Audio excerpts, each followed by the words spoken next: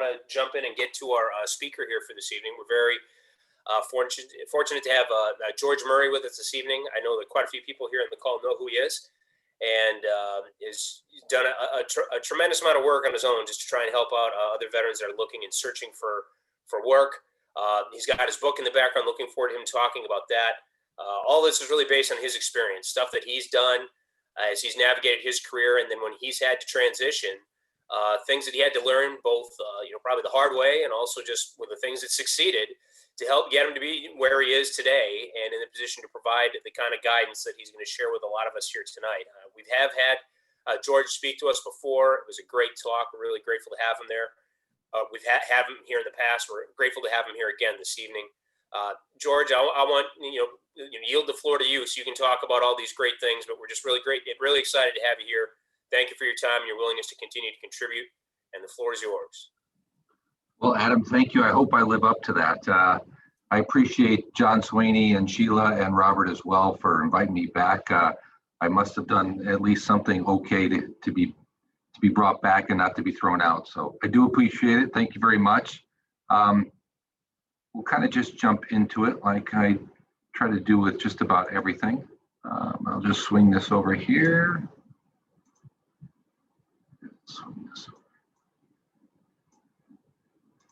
So I'm just going to confirm everybody can see my screen. I can see it, George. Yeah. Right. So a lot of people ask me, and the Course 4 Gears is really the guts of my book. So my book is really centered around helping people from the time that they've left an organization, whether it's been a reduction in workforce, a transition, just laid off, et cetera. There's a multiple of reasons. From the time that you land, there's a lot of things to consider. And what I found in myself in my first time in career transition at 47, like most, is that there was no plan. I didn't know what the roadmap was. And ironically enough, there wasn't one book that stated, hey, you should consider all these things. Now, you don't have to do all these things. However, it's definitely the references as to the things that you should consider. And it's a multiple of meetings. I think the first go around, I was out in a career transition for 13 months and I networked with over 400 plus people. This is when you actually could sit down in front of someone at a coffee shop and get a one-on-one conversation. Now that is transitioned to Zoom meetings and so forth and virtual. And so, and then of course, I had to prove it out, the process the second time when shortly after, less than a year, I was in career transition again. And in about 5.5 months, I networked with over 700 folks. Now, we'll get to that in a minute, but the fact is that the whole thing is really a process, and we'll talk about that because to me, I relate to career transition as like the first time. For those who do remember the standard cars, my car of choice back then was a 69 Trans Am. It was the first year it came out. And most like those cars, standard was the first time you get in a car, your parents or in my case, my uncle, because he had more patience than my parents, taught me how to drive standard. And of course, you don't start off really smooth. You grind gears, you stall, you have to turn around and restart. And that's really a lot about career transition. So again, a little bit about me. The reason why I wrote the book is really because at 3 months in my first career transition, I looked in the mirror and I said, wow, I have no clue what's going on. I don't know what this thing about networking is, but I really need to figure this out pretty quickly, or as quick as I possibly can. And through a lot of networking meetings, I was probably a student more than just looking for a job to understand and try to navigate through this process. And what really drove me to write this book is that if I could help one person try to condense their time and lay a clear plan to outline and follow, to me, that's something that would help me and help those people get better. And so that's really the drive of the book, was really the intent. I didn't want anybody to feel as desperate, as down, as depressed, all the things, all those emotions that come along with career transition. And if I can help reduce that time, by providing a resource. That was really the intent of the book. Now, if you had asked me 5 years ago, would I have wrote a book about career transition? I would have said you're probably crazy, because based upon my background and experience, I would have thought it was something about going into an operation, a manufacturing, and turning it around, improving it, all those particular things. But again, life happens, and we just got to be able to adjust accordingly and make sure that we have the right tools. So really, the book is really to give those people who are either new to career transition or struggling in their current career transition a kind of a pathway. So we'll go right into it. Again, we'll go into detail, but this is really the high level of career transition. 4 gears. It's misleading because for those, again, who don't know, back in the 70s and the 60s and all those standard cars, a lot of times as you pick up momentum in career transition, you have to turn around and double clutch, and that's beyond that 3rd gear we talk about, and we'll talk a little bit later about that, but that's where the engine starts to outpace the tires, or the tires outpace the engine, and you really got to sync the engine and the tires up. And that happens a lot in career transition, and we'll talk about how we adjust that, how we evaluate that as we really transition through career transition. So 1st gear, first and foremost for me, it's really trying to understand the landscape. What just happened to me? Whether I got reduction in workforce, or there was something along the lines of just a firing. There's been times where people have gotten fired for whatever particular reason. The boss doesn't like you, whatever. What's important for you to do is really take time to process that. Too many times people jump out into networking, interviewing, and they really haven't processed that. And that really comes off really negative. So whether it takes you a couple of days, a couple of weeks to process that, please take the time, write it out. I always said, the best thing to do is write out your feelings on a piece of paper of all the things that you're frustrated with, what just happened to you. And remember, the learning experience, but crumple it up and toss it away, just like you're tossing those feelings in the past so that you can move forward. It's really extremely important for you to take that time to process it. If it takes you more than a month, you probably need to seek a little bit more help than just yourself. But again, everybody's different. It's just really trying to understand what just happened, how do I process that, and how do I move beyond that? The next thing is really setting up yourself prior to being networking, prior to interviewing. It's really, what is your story? Because your story is unique and different than anybody else's. So it's really important for you to understand that. And more importantly, how are you going to communicate that so when people talk about, when they interview you or they sit down and network with you the first time, your story is clear and concise, and it really tells a positive, upbeat story. Again, things happen, you got to move forward, but you've got to make sure that your story is clear and concise and it comes off as genuine. And then, of course, you've got to prepare for transition. A lot of times, especially now, I went in career transition when the economy was relatively doing well off. 2016, the unemployment rate was about 4.3%. Second time around, it was a little less than 4%. But I never, ever anticipated being out in career transition 13 months. I just didn't. I thought that, there was going to be a lot of opportunities. So it was just a matter of a few months and I would be back in the game. However, I never had a process that we're about ready to talk about to get me there. So it took me a lot longer than I anticipated. I tell people it's critically important for you to make sure that you take time out, you evaluate your finances, but you also put an account, you hold yourself accountable. You have to hold yourself accountable through this whole process.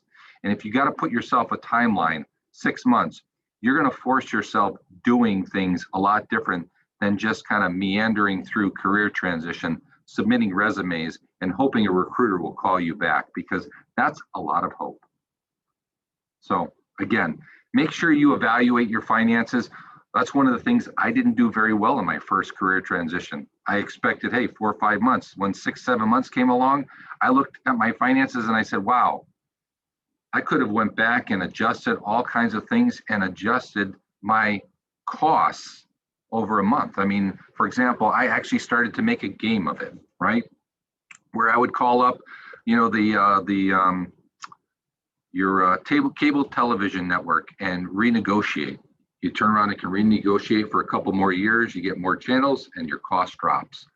It just became a game. But if I had started that early on in my transition, I would have been much better off. And you probably want to do that when you land, probably on an annual basis, if not every couple of years, because I think what we do is we tend to get into a groove and we don't adjust.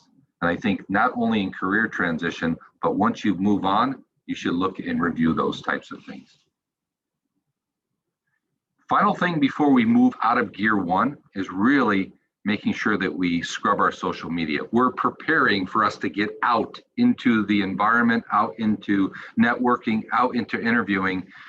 It's really critically important for you to make sure that your filters are on, all these things. And what I'm meaning by this is that I've had several people that I've talked to who've gone through final interview rounds, and whatever social media platform they're using, whether it's Facebook or Instagram, it's been kind of wide open. So people who are not connected to you can go in and see, hey, you know what, for the last 3 weeks, you've been partying every night. Well, that might lead them to not want to hire you or not extend an offer. So I tell people, make sure that you have your filters set according to the people that you want to see what you're posting, and make sure, I always say, is that you're posting things that your grandmother would love to read in the front newspaper. You want to make sure that it's not politically charged one side or another, and you want to come off positive. That's just, to me, I think is going to help reduce all the risk. You're trying to reduce risk as you transition. And if you don't do these particular things in gear one, it's going to make it more difficult to you progress through this process. So we've done all that. The first and foremost to turn around and get out of gear one is really just being able to leverage what you've done in the momentum of first gear and be able to turn around and put that clutch in and transition into second gear. And one of the first things is really your branding. One of the things that I had not really understood about branding, I thought up until 2016, you brand a product, you brand a company, but never brand yourself. However, as you probably heard more and more frequently, your brand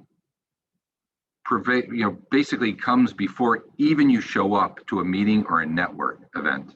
And it's really important for you to make sure that you have clearly identified your branding process. If you are in career transition right now and have collected or are collecting unemployment, I strongly suggest there's an opportunity through hired.org that you can sign up and get services. And the reason why I say this is because there's 2 classes that I think are critically important that helped me through my 2 career transitions. And that was Kathleen Crandall, who did the branding process, basically what makes you unique and different. And then basically taking that training and transitioning it into LinkedIn. Because again, a lot of your traffic and people are going to be searching you at LinkedIn, and you've got to make sure that all your algorithms, all your LinkedIn things are set up so it's driving the right recruiters, it's driving the right hiring managers to your LinkedIn. And it's really important that you set your brand up. So if you're a CFO, you don't start off by saying, I'm the CFO like every other CFO, but what makes you different? Maybe your background is music and everything else, and you can turn around and create a process where, hey, I create a cadence. Much like my younger years as a drummer, and that's how I apply that. That makes you unique and different, and that's what you want to be able to provide in your branding. I always tell people, I love this little guy, by the way, is show up. Make sure you're prepared every time. I can't tell you how many times people come up in a networking meeting or a network event, and they're not prepared. Right? They're going to go in and they're just going to collect a bunch of cards and everything else. You need to make sure that you've got a game plan set up. You've got a process in which we talk about in the book that says, here's how I'm going to set up myself and my network. I have a book like this, And how my process is that the night before, I'm going to do homework on these individuals that I'm going to get ready and prepared to network. I'm going to write their name in the upper left-hand corner. In the upper right-hand corner, I might identify a couple of connections that we have in common. So that's going to, A, be able to establish a connection, and also B, establish the conversation if it's the first time that you've ever met this individual. Because what you're trying to do is you're trying to prepare and connect with this individual in the shortest amount of time. And a lot of times you might only have 15 or 20 minutes in your first networking meeting. So how do you come with a common connection? Either somebody you've known, somebody you introduced to, or based upon their LinkedIn profile, maybe there's a common college you both graduated, or maybe there's a supplier that they work with that you have in common. What you're trying to do is establish that. And you can only do that by making sure that you're prepared the night before. So do your homework. One of the things also I tell is prior to your networking event or your interview process is don't give me your elevator pitch. It makes my skin crawl. The elevator pitches are all passé. I say it's always 2000, it's so 2016 because your elevator pitch never lasts less than a minute. It goes over. We have an attention span of 5 seconds. Just a recent article I read about 6 months ago, and the goldfish's attention span is 6. So you got to make sure that you're coming across confident, high energy, and you've got a value proposition. Why should I talk to you? Why should I hire you? And that's really doing the homework on the night before and basically introducing yourself. That's something that they can take in and process really quick to say, yes, I need to hire this person. Or yes, I know somebody that's looking for what you're capable of doing.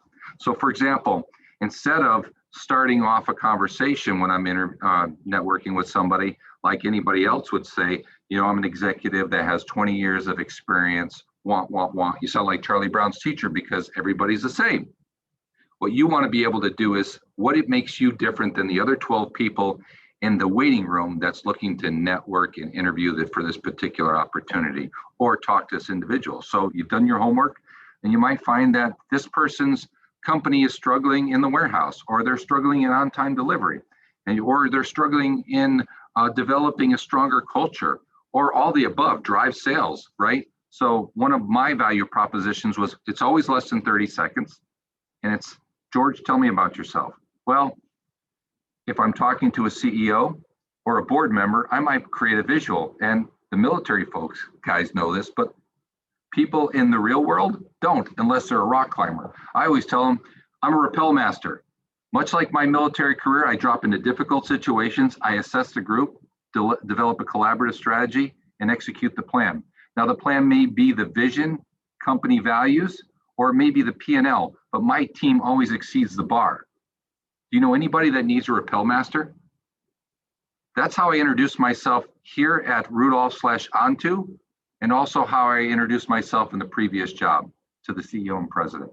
You're creating a visual, you're tying your military leadership to that, not scaring them, but also being able to do those particular tasks that's somebody that they need to come in and do, right?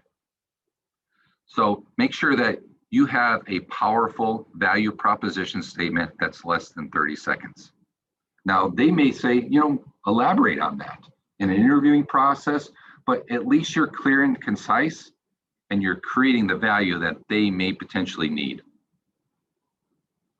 And then you want to make sure, based upon all the branding, being prepared, developing that value proposition, you want to find ways to drive and promote traffic to your LinkedIn profile. And that's why I tell people all the time is that, you know, Hired is a great resource, hired.org. They're able to turn around and take that, they're a state-funded program that helps you in these particular classes to turn around and get better and also land your opportunity faster by clearly identifying your brand, what makes you unique and different, and also creating and putting that in your LinkedIn profile. So it starts to drive the right traffic to your LinkedIn profile. One of the things that people said all the time, well, George, you're always on LinkedIn. It's all about time management and using applications. So in my example, I use an app on my phone, or I go to my website, buffer.com.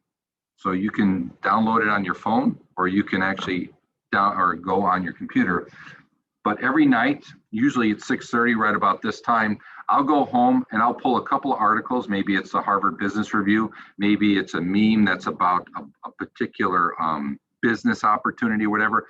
And I will post the time that I want it to post and to what social media site I want to be able to post it to. So I have Buffer signed up to my LinkedIn accounts, my Twitter accounts, my Instagram accounts, as well as my Facebook accounts. So 30 minutes a day, I will take the process, I will pull all that information, I will plug it into Buffer, and I will tell Buffer to tell me at 10:01 tomorrow, I want you to post this article.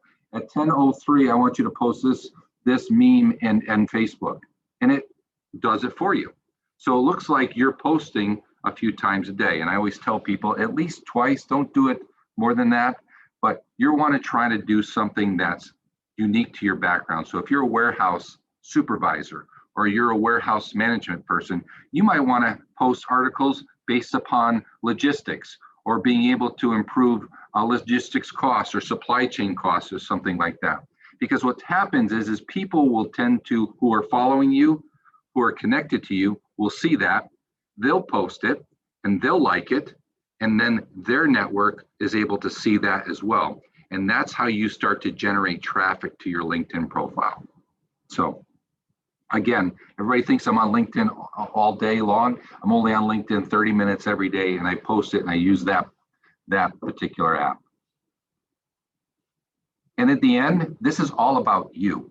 So it's hard for us as military veterans, if you're transitioning out of the military for the first time, to talk about ourselves, what we did, because we were told all through our military career, it's all about a team.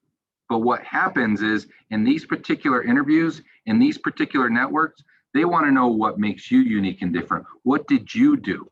How did you carry 3 soldiers across the line when you're returning rapid fire, whatever the case may be? But you don't have to go into great details, but you say, I have the resilience, I have the ability to overcome and adapt into difficult situations.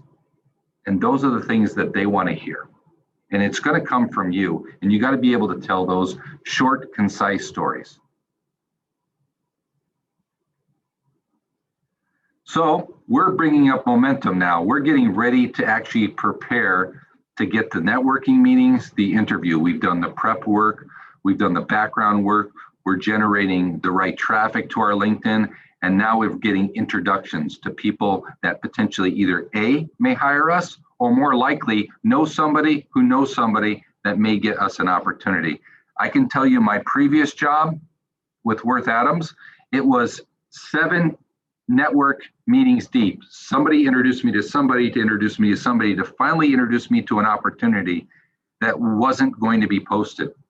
So as I found that in the state of Minnesota, more than higher than average professionals and above, if you're a professional, whether you're a software engineer, whether you're an engineer or a manufacturing supervisor, more likely you're going to turn around and find an opportunity through your network or people who are connecting you through another network. And it's really important for you to make sure that you are ready, prepared. So I always tell people at that 3-month that I talked about early on in the conversation, 3 months into it, I looked in the mirror and I said, wow, this is a lot to take in. Every day, even though it feels like a month, 3 months goes by like that. So I told myself, I'm going to start to control the things that are within my control. And we'll talk about a little bit about day in the life a little bit later. But to me, that's what you have to focus on. So I looked in the mirror and I said, I'm 6'3" and I'm 270 pounds. You guys can already say that I was well overweight. I didn't eat well. I didn't sleep well. And I wasn't exercising for the last 10 years. So I got out. I started awkwardly walking because if I started running, I would have had a heart attack. I always strongly suggest people to go Get a doctor's physical before you start any physical regimen. But again, do something. Whether you're swimming, whether you're rowing, whether you're walking, do something. That's going to help you with your confidence. It's going to help you with your energy, and it's going to come across both in your networking and your interviewing process. When I did that after my first 3 months, the next 7 months, I dropped 40 pounds. So again, control the things that you can control. Part of my process was making sure that I ate better and I slept better. All those things are within your control because there's a lot of things that are out of your control. Again, this is probably number one to remember in this whole process. You need to bring energy, enthusiasm, and positive attitude all the time. To your networking meetings, to your interviewing meetings, to your phone screens, you need to make sure that you do so. If you don't, make sure you give enough heads up to those people that you've already scheduled the meetings for and call in. Because again, it's important for you to show up in your very best. And just like work, right? Some days you just don't feel it. You need to make sure that you call in. It's better to call in, give a heads up, and reschedule than show up like an Eeyore. You know, the oh, woe is me. I've been out 13 months. I just don't know what to do, because no one wants to be a part of that team, right? So make sure that you always show up. High energy, enthusiasm, and positive attitude, because those are the people we want to be associated with. Those are the people we want on our teams. And those are the people that are going to make a difference. And again, show up to be dressed up all the time. I tell people this, even on a phone screen. Yeah, people say, well, you know, they can't see me, but they can feel it and hear. And I reference this to my military folks out there, is that you know as well as I do, whether you dressed up in your dress blues, your dress whites, your dress greens, or whatever, you stood 2 inches taller and you spoke with more confidence. And that comes across in a phone screen. And I can tell you that every phone screen that I've had for the last 8 years, I have always dressed up, because I know that I will come across a lot more confident and I will be on my game. If you're going to show up and you're going to do a phone screen in your PJs on the couch, you just ate cereal, it's going to come across that way. All right. And finally, you know, you need to make sure in gear 3, you need to create a scheduled day. This is the second point that is extremely important in career transition. If you do nothing, make sure that you have energy, enthusiasm, and positive attitude, and you have scheduled a day. Because what we have found is we've left a structured life, right? We got up at a certain time, we ate certain things, we went to the office, we had certain meetings, we had KPIs. Guess what? That's all gone if you don't recreate that process very early on in your career transition. Part of my process every morning was I got up, I started awkwardly walking, jogging, etc., whatever you want to do. But then I came home, I was talked into doing meditation, because again, in career transition, we are our worst coaches. We're always second guessing ourselves, wondering if we're too old, all those things. A lot of that has some substance, but if you play into it, it'll get worse. So you've got to be able to turn around. And what I used for meditation was that got all that junk out of my head. And then what I did was I did morning affirmations after that. So I reprogrammed my head to say, I can do it. I still have the skill sets. I still have the, you know, the ability, the capabilities to get this done. And you've got to be, sometimes you got to be the only person that reaches down in the back of the scruff of your neck and pull yourself up. And that's how I did it every morning. Now, how did I do it? I always looked at the most inexpensive ways, because we're in career transition. I always tell people that YouTube was the best educator in career transition. In the morning, morning affirmations, boom, positive energy. So maybe I want to talk about, you know, how to overcome obstacles. Maybe I'm feeling depressed or whatever, but that was the topic. You hit play and you walk through the process. The same thing with meditation. Maybe I want to turn around and meditate 20 minutes for anxiety because I'm really feeling high anxiety. Great resource. And if you have an internet connection, it doesn't cost you any more, just a little bit of time. So it's really important for you to make sure that you schedule your day. And we're going to go into a little bit more detail. What are you going to do hourly, weekly, and monthly to make sure that you have a good scheduled day in the life? And then finally, it's really about creating that value proposition statement. You know, as I stated before, this is what you want to be able to introduce yourself for. And if you're doing these particular things when you're going and introducing yourself blindly on LinkedIn, when you hit connect and it gives you the option to turn around and send a note, always send a note. And make sure that you have those 300 characters or less that's impactful, that says, this is who I am, this is what I can do, and this is why I'd like to talk to you. When I was able to create these particular templates, I got a more than a 95% acceptance rate and then scheduled time. And that's what you want to do, is you want to hit it. It's like a salesperson. You're trying to hit a sales type. You're trying to fill your pipeline with these people, these hiring managers, these potential hiring managers. And you need to make sure that your message is clear and concise and it's something that they want. I always tell people, you want to give them the taste of the cake, but you don't want to give them the entire ingredients, because you want them to call you back. You want them to set a meeting up. It's important for you to do so. So, what would my daily plan look like, George? Well, to be honest, as we said, early in the morning, you want to make sure that you're going to control the things you can control. High protein, high fiber, making sure that you set and have a discussion with your doctor before you do any type of workout program or eating program. But for me, it was exercise, meditation, morning affirmations, good breakfast, you know, light, not heavy, not the pancakes with the extra syrup or anything like that. And then I had motivational speakers, you know, I Goggins that's out there, Jocko that's out there, all those guys I followed on YouTube, and I always, every morning, I wanted to hit it hard. I'm ready to take on the world. I'm ready to attack the networking meetings I have today or the interviewing meetings. I'm ready to get it. And that was part of my morning process. And then your new day in career transition is looking for a job. And I can tell you that if you haven't been in career transition for 10 years or more, and if you're in a professional or executive level where you've been able to delegate a lot, you can't delegate job transition. It's heavy work, heavy lifting. And most of your day has to be reaching out through emails, through LinkedIn, getting introduced from people that know you, either through church or the Eagle Group or some other career transition group that you're a part of.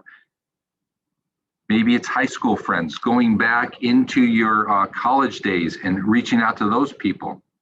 There's so many ways to reach out and get connections to get networking really pumped and ready.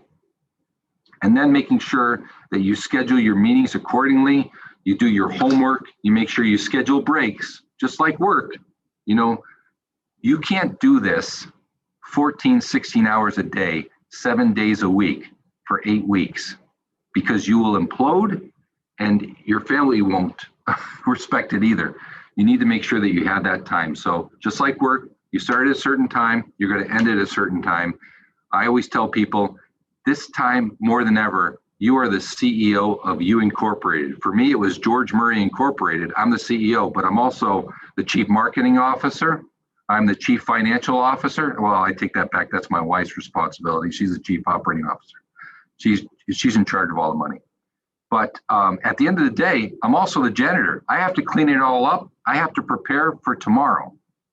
And then you need to make sure that you schedule those breaks, because again, throughout the day, get up, take a break. If it's getting too hard for you, it's getting too stressful for you, go out, take a 15, 20-minute walk. Maybe now, because it's 40 degrees warmer than it was a couple weeks ago. But the point is this is kind of your scheduled day each day. And as I said, evening wrap up is cleanup, making sure that you follow up with your job alerts. One of the things is don't spend 8 hours submitting resumes. It's not going to work. You have a less than 1% chance that actually somebody's going to call you back. It's going to be through networking, your LinkedIn traffic, and having all the right algorithms and set up in your LinkedIn so that recruiters find you when they're looking for that warehouse supervisor, for that manufacturing engineer, for that sales manager position. You need to make sure that those are set up correctly. But what I said was I did no more than 30 minutes a day. At the end of the day, LinkedIn had job alerts you can set up. Monster has job alerts, Indeed's, and you can clearly identify what jobs you want sent to you, all within the last 2 to 3 days. More than that, those jobs probably already have 300 or 400 resumes, and the likelihood that you being picked is pretty low. So you want to make sure that within 24 to 36 hours, those are the jobs that you're submitting that you're highly qualified for. Then your weekly plan. Again, one of the things that I had was I hooked up my Gmail calendar to my phone. It was instrumental reminding me what to do, when to take breaks, when to stop, start, and continue. So every morning, every 3 weeks on a Saturday, between 7:35 and 8:15, I had a stop, start, continue model. I reflected on the last few weeks, and I said, okay, what are the things that I'm doing that are going well? I'm going to continue to do. What are the things that I tried a couple weeks ago and I've been doing it really not gaining ground? And then maybe brainstorm the last 15 minutes of some things that I could do. So for example, those people who don't know, Greg Rye is coined Mr. Wyzetta, the guy knows everybody. I was fortunate enough to meet this gentleman. He was my second traditional networking, and he helped me tremendously. And one of the things he told me was, George, why don't you try cold calling CEOs? I said, does that even work anymore? He goes, you'll be surprised because very few people do it. And I said, okay, well, I made sure that my message was clear and concise. I reached out to 10 and 7 called me back. I was floored, and very, very quickly. Again, I gave them the taste of the cake. I didn't give them the whole ingredients, so they had to call me back. So it's important for you to have those types of brainstorming sessions with yourself, or what we'll talk about a little bit later, your personal board of advisors. You want to develop templates as much as possible. So opportunities to turn around and connect. Each morning, we get reminders of everybody's birthday, right? If we're put into the system in LinkedIn, here's an opportunity to reach out to those folks. And don't hit the traditional happy birthday like everybody else, because again, you are not different than anybody else. So it's important for you to make sure that you come up with a unique happy birthday. And then more importantly, maybe it's a line that says, hey, you know what? We haven't talked in a few months, a few years or whatever. I'd love to schedule a call. Hey, that's an opportunity to fill your pipeline and continue to network. The same thing with job promotions or people who have recently got a new job. Because again, if they're in a leadership position, within the next couple of months, they're going to be doing assessments and they're going to be looking for new staff. You want to be a part of that pipeline. Write letters to and promoting. One of the things that I did in my first career transition was I pulled the Monday Star Tribune in the business section where it identifies all the people that were recently promoted. And I wrote letters to these individuals. This is how I started my pipeline in career transition the first time. I wrote 10 letters, I call it, and you can read it on my LinkedIn profile. It's called the 10, 10, and 10 process. I wrote 10 letters or emails every day to these folks, whether it was an introduction on LinkedIn or whether I just sent a general letter, typed it, a few lines of what, congratulations, maybe a little bit about the company that I was able to provide a product, a knowledge to them as they landed their new opportunity, but then 3 or 4 lines of who I was, my value proposition, 3 or 4 lines. And then I would love to spend, 15, 20 minutes getting to know you and understanding, why you selected the company. People always want to be able to talk about themselves. It's really important for you to set that up. And in your networking process, it should be a 70-30 process, making sure that they speak 70% of the time. You're listening, you're taking notes so that you can follow up in your networking process to say, hey, you know what? Appreciate your time. Make sure that you communicate maybe something unique that they said. Maybe their 2 daughters were graduated from, from college on swim scholarships, like a gentleman that I networked with, and that's our connection. And since then, him and I have exchanged introductions more than 36 people. And that's really what you're trying to do, is develop those relationships. So another process to try to develop your pipeline. And then you should always have a goal. I can tell you right now, people are more open because they can get in front of a computer instead of getting into a car and traveling to a coffee shop. So try to schedule between 8 and 15 meetings. I know that the people that I talk to, and I now still network between 3 to 7 people in career transition a week. Those people are averaging about 12. So if you're doing more than that, you're doing better than average. And my process is I need to get my name out there. I need to get people that are going to be cheerleaders in the workforce, that when they hear of an opportunity for operations person, the first person that comes to mind is George. That's what you're trying to do. And then on a monthly plan is looking and making sure that you evaluate those job alerts, make sure that they still are relevant. Maybe something's changed. Maybe you looked at a different opportunity. But then also every 6 weeks, I sent an update to my entire network. Made sure that those people were individually or blind copied so that they didn't feel like they're on a distribution list, but just a brief update. Hey, I've been doing this for the last couple weeks. I've networked with over 40 people. I've known about this company and this company. 3 or 4 lines, and then 3 or 4 lines of what you're still looking for. This is an opportunity to remind the people that you've networked with, you're keeping connected, and then also you're keeping top of mind. It's important in this process that you keep top of mind with all those people that you network with. And so I also suggest that when you do land, and you will, make sure you do this at least twice a year. So the next time I see you is not the next 3 years ago when you were in career transition.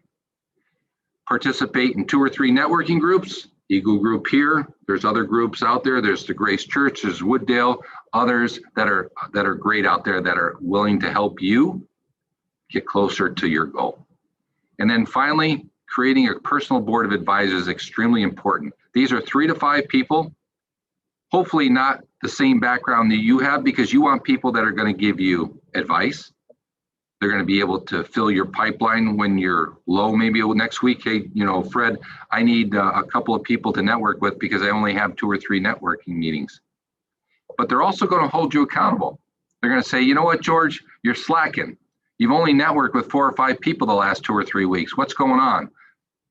Talk it out. They're going to turn around and push you, and you need that. Because no one else is going to push you. It's only you, right? And if you're feeling low, you're feeling down on yourself, you might need somebody to kick you in the pants. So we get to double clutch. So much like you're progressing in your career transition, we're coming up the hill or we're going down the hill. That's what happens when the engine's outpacing the tires up the hill, or the tires start to pick up pace. We start to interview. Guess what? Our networking slides. If we do that, those 2, 3 opportunities might dry up. And guess what? It's going to take you 2 or 3 more weeks to generate that networking pipeline again. Keep that going. I tell people, keep networking going until the week after you started your new opportunity. Because again, you've been in a situation, you get hired and you think it's this opportunity, and it turns out to be this opportunity, and you might want to reconsider. So make sure you do the stop, start, continue model frequently, every 2 or 3 weeks. You do the things that you're top of mind with, and always try something different. This is not me, but I've done this, and I'm sure a lot of you have. But try something new. Do cold calling, send out letters, make yourself different. The responses I got from those people it was just out of 500 people that I sent letters out to, over 400 people responded either through LinkedIn or through email. George, love to, does anybody ever send a letter anymore? I only get spam and bills, right? Again, another opportunity to make yourself unique and different. Now we're ready to get across the finish line. How do we do that? Personal board advisors. Again, 3 to 5 people. These were the people that I was so gracious enough to have on my personal board. Everybody, if you don't know Ann, you should. There is nobody better in LinkedIn than Ann Pryor when it comes. I've used Ann and hired Ann personally over the last couple of years, and she's phenomenal. Lisa was one that actually talked to me very direct, hold me accountable, and said, you know what, George, you need to be quiet. You need to try this meditation and this morning affirmations because it's going to help you. And it did. And I've been doing it for a couple of years. Alan McClellan, he's actually the first gentleman that wrote a nice message in the first page of my book. He was one of the 10 CEOs I originally reached out to. Didn't know this gentleman. He's running a billion-dollar organization, part of Sage Glass. And he was able not only to give me time, but now I consider him a very close friend. Jenny Jeffords, she was my energy coach. She had the ability that if I got the thanks but no thanks letter, call that person, and I was ready to attack the next day. And then Ryan Carlson, he was a gentleman that helped me from my finance standpoint. But these are the people that were on my personal board. They held me accountable. They gave me opportunities. They introduced me to folks. And they didn't let me slack. Again, connect with Uber networkers. You've got a bunch of them on this platform right now. Adam is an Uber networker. Sheila knows everybody. Robert knows everybody, and John knows everybody. These people are not only heavily connected, but they're willing to help you. And then finally, when you get to those interviewing processes, you have to create a wow factor at every point of the process. And part of that is making sure that in the process, you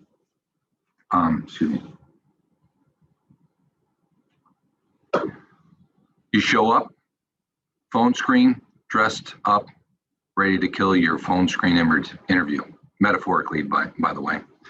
And then your second face-to-face is making sure you ask the right questions so that you can create that value proposition of what are those 3 to 5 things that they're looking for.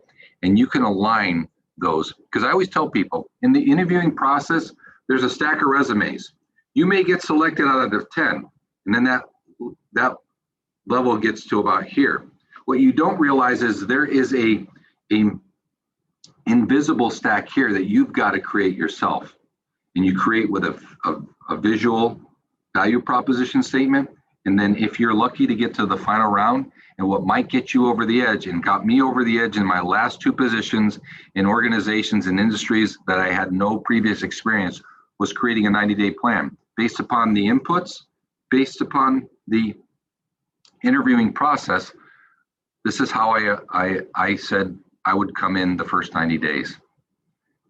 And I can tell you that it makes the difference from somebody who's just showing up, answering questions, that somebody is actually spending time thinking about the first 90 days and how they would attack it. So it's very important for you to secure the wow factor at every point of your interviewing process. So in closing, if all of this, remember 3 things. Your energy, enthusiasm, and positive attitude introduces you well before you speak and well before you show up for the interview and for the networking meeting. Make sure you bring it every day. Your day in a life, make sure you structure your day and you're adjusting that day. If it's not working out every 3 or 4 weeks, you're evaluating it. You're asking people input. This is what I'm doing. It's not working out for me. Hey, George, can you help me? Certainly.